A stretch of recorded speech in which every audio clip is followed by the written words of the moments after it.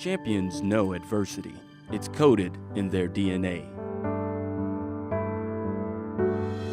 But when that defining moment arises, champions embrace adversity, then seek to conquer it. We are Jaguars. Scholars.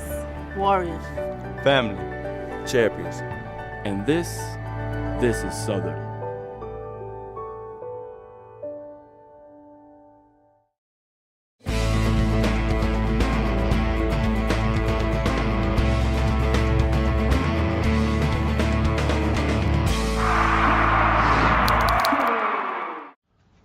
First of all, let me begin by saying, we went up to Jackson State, smooth bus ride, had a great week of preparation. I thought the focus was there.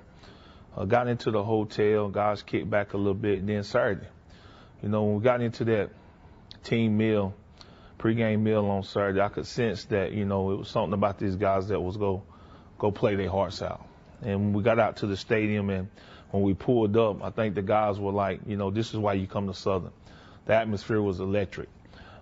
Got out on the field, got off to the fastest start we've had this year. I really thought offensively, defensively, and special teams, we were clicking on all cylinders.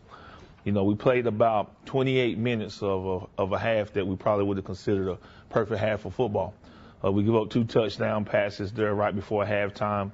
But I really thought the game was in control. I really thought we had dominated, and we was playing with great excitement and energy. I really thought Willie Quinn, Jaleel Richardson, those 2 returns on special teams really gave us the necessary points to put the game away. We give up some passing yards on defense, but I really think if you can stop teams from running the ball and make them throw the ball, we're going to get our breaks. We're going to work on it this week. Our guys getting a little bit better. They're gaining some more confidence. We did put some guys in late in the game, always working on that game time experience. So they got a couple touchdowns late, but that's okay. I was proud of the way Leonard Tillery ran the football. Thought the O-line did a great job. But overall, I thought it was a good win for us. Considering that, they had fireworks and stuff once they came out. Introduced their team and, kind of atmosphere you want to play in. I thought the crowd was electrifying. I thought our crowd represented us very well. I hope we can get that many here the next 3 home games that we have here and, try to help pay some bills around here. But, that's really what it's all about. But I really was proud of the team and the way they went out and competed and gave us opportunity to really come away with a win. How much tougher is your team now that, special teams is really a threat any time to make a big play? Well, I think we know we can get back in a ball game or get ahead in a ball game based on those special teams. We got some returners that are deadly. 3 different guys done scored touchdowns. We got Tyree Brackens back, who's another returner, waiting on his opportunity. But, we got some guys back there that can return the football, and that really gives us a chance to open the game up. Do you think that the health of your team, especially, coming off the bye week and getting all those guys out, did that contribute to the fastest start that you've had so far this season? Well, I really, think it's our scouts. I thought last week our scout team prepared us to the best of their ability, the energy, the excitement. We do got some guys on that scout team that are pretty good, so they get a chance to challenge us and help us move the ball down the field. So it's just great. It's a great opportunity for us to go against those guys and just stay energy and excitement. If they bring that, it helps us get better each and every day. What does it say about guys who thought they were going to be starting this year, who have taken the attitude that they're going to contribute on the scout team, even though they're not going to get the glory that they expected to have? Well, you just got to be the best in your role. And that's what we challenge our guys to do. Whether you're a scout team or whether you're a starter, whether you're a backup, it doesn't matter. We all have a role to play in victories, and we have a role to play in building this program. And those guys are taking their role to heart, and they're giving us the best pitches possible. Coach, with the kicking, I know you're probably diagnosed to difficult we've had in extra points and stuff like that, and what you going to do about that? Well, you just got to keep practicing. I really think that we made a switch. We put Kyle Yonke in there, and he actually made a field goal. Pittman kicked the ball a little low, but it really wasn't much of the protection. I just think it was the surface that we was kicking off of. Kickers, they're unique. It plays in you start messing with their mind, and next thing you know, that ball started going everywhere. But we got back on the rhythm yesterday. We watched it go through the uprights, and that's where the confidence comes from when you see it going through the uprights. So we look forward to being better in that area. What about if you look at Alabama State and your schedule? You can point to the Alcorn State being that game where both of you suffered losses. But if you look at Southern's response to that game versus Alabama State, what does that tell you about the mindset of your team? Well, you just got to be able to overcome adversity. And we talk about it not when it happens, but before it happens. And just really trying to get the guys locked into a mindset that says, still everything we want to achieve is still in front of us. So we focus on that. We don't worry about the past. Nothing we've done in the past is go hinder us from going forward. It's all about what's in front of us, and right now Alabama State's in front of us. And we just take it one game at a time, one day at a time, and just try to get better every day. What type of back is Malcolm Cyrus? Speed, elusive, powerful. Go stand about 5'11", 180. He can run the football. Probably, if he's not the leading rusher in our conference, he's up there. So he's definitely the horse that drives the engine for them. He's everything as advertised. We will have to pay a lot of attention to him. Coach, your offensive line seems to be getting better as the year goes along. What do you think can account for that, and has that helped you establish a more balanced offense? Well, exactly. I think the continuity, being able to have 5 guys that can go out there every week has really helped us. We started the year, different guys playing, but we settled into the 5 guys that's going to be playing, and they're getting used to playing together. The O-line is not like any other position. Those guys got a chemistry, and they take working together and knowing each other. And I think we have that consistency that's starting to show in games. How much are you seeing balance starting to pay off for this offense as far as teams have to respect what you're going to do running the ball, and opening up plays in the passing game and vice versa? Well, I think you can throw the ball to help your running game, or you can run the ball and help your passing game. We're blessed. We're blessed to have good running backs. We're blessed to have good receivers, and we're blessed to have good quarterbacks that can distribute the football. So it's a good thing. I think it's a good problem to have. You have to pick your poison. You go stop the run, or you go stop the pass.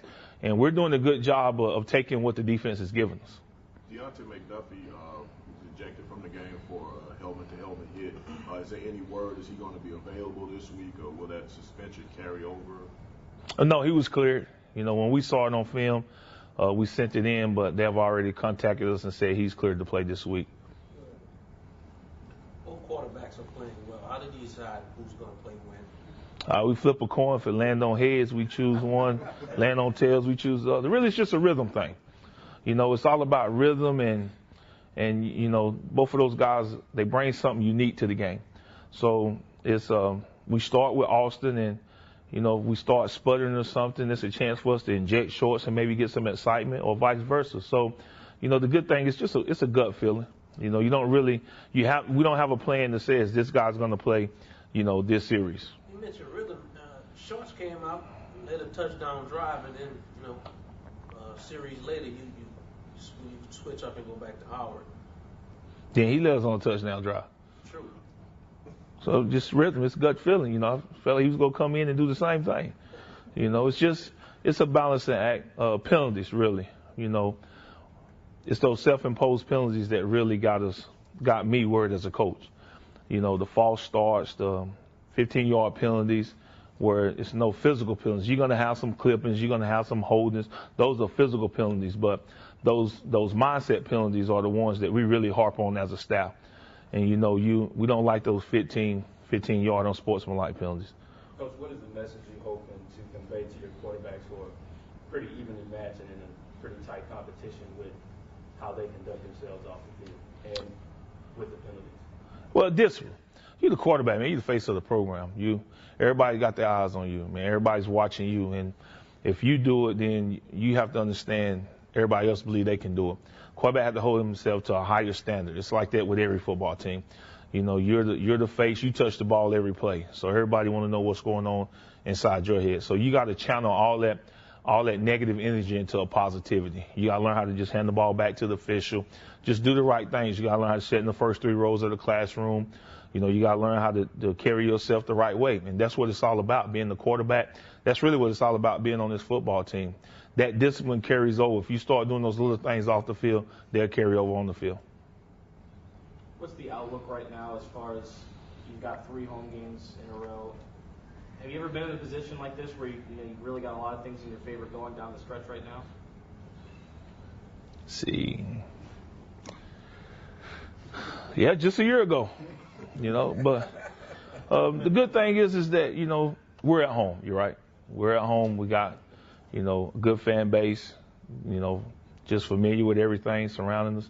But the good thing about it is just getting the guys here and defending A.W. Mumford and really creating some pride and some excitement going down the stretch. We've got some very good football teams that's going to come in here that's looking to win games. And we got to match that excitement. But it should be a little bit more excitement coming from the guys playing at home. This team more of a running team, and how's their offensive line? Is it something that you have to concentrate on during the week, getting ready for the run? Well, I think they balance, but I think it starts with Malcolm Cyrus. I think they want to get him the football. They'll throw it to him. They'll hand it to him. Duhart's a good quarterback. He's a scrambler guy. He can run around and make some plays. So you got to pay attention. They stretch you sideline to sideline. So you got to really do a good job of making sure you're lined up and making sure you just execute your calls. And if we do those things, I feel confident everything else will take care of itself. Coach, your team's done a pretty good job of containing guys like Duhart, the more mobile quarterbacks. Does the addition of Christian Allen this week, is that going to help and make a difference on your defensive line? Well, exactly, because it gives us more depth. And it gives us a guy that's played. Christian has played a lot of football. He started some games for us. So we're starting to get that strength of the defensive line that's back. We got Jalen Jordan back. Then you get Christian Allen. You got Donald Phillips, Arthur Miley, Gabe Eccles, Justin Woods. You start getting a lot of these guys back, so you get a good rotation. So you're able to keep fresh guys in the game. We done came a long way from traveling 5 guys to up to 10 now. So we like the depth of that defensive line. How did you think Jalen Jordan did Saturday as far as being his first time out in a pretty intense game? Well, it all depends on who was playing beside him. As long as the guy beside him got him lined up and told him where to go, he had a pretty good game. Just getting that confidence back and just playing. He missed a lot of time, just getting in shape and getting that confidence back. I think his first or second play of the game, he got a sack. So his presence alone make people have to pay attention to him. We just don't have too many guys 6'3", 280. I noticed you had him playing on that end instead of in the middle. Does that make a big difference, and will he continue to play there? Well, it just depends on who's in there.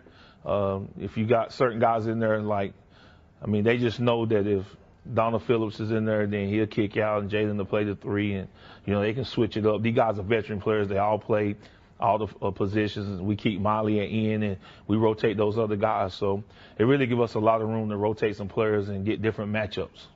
What's the challenge that Alabama State presents defensively? Well, they have a guy at nose guard that's big. He's an A-gap plugger. They got him listed, I think, 6'3", 340. They're very big on the D-line. Their front 7 is probably the strength of their defense. They get out there. They'll bring some pressure. So we got to make sure that we pass protect very well against them. And running the ball, we got to make sure we have a good game plan and how we go run the football. But they're very good in their front 7. With Alabama State, obviously, they're coming in this game on a 3-game losing streak. But how much, I guess, do you have to tell the guys that don't pay attention to this streak because it could all turn for them in one game, especially going against Southern? Well, what we told our guys is there's 30 days left in the season. Okay, we got 30 days left in our season. So what you gonna decide? Starting this week, it's about sacrifice. For 30 days, give yourself up for the reward that's at the end. And we just challenge our guys. You gotta be creative as a coach. You gotta know what buttons to push and how to get the best out of these guys. And the thing is that we're playing for something. If that's not enough motivation for you, there's nothing we can do as a staff to help you. So I like the energy that we had at practice yesterday. I think it'll be even more energy today. And I look forward to be a lot more energy on Saturday. And it's really what's in front of us is what's motivating.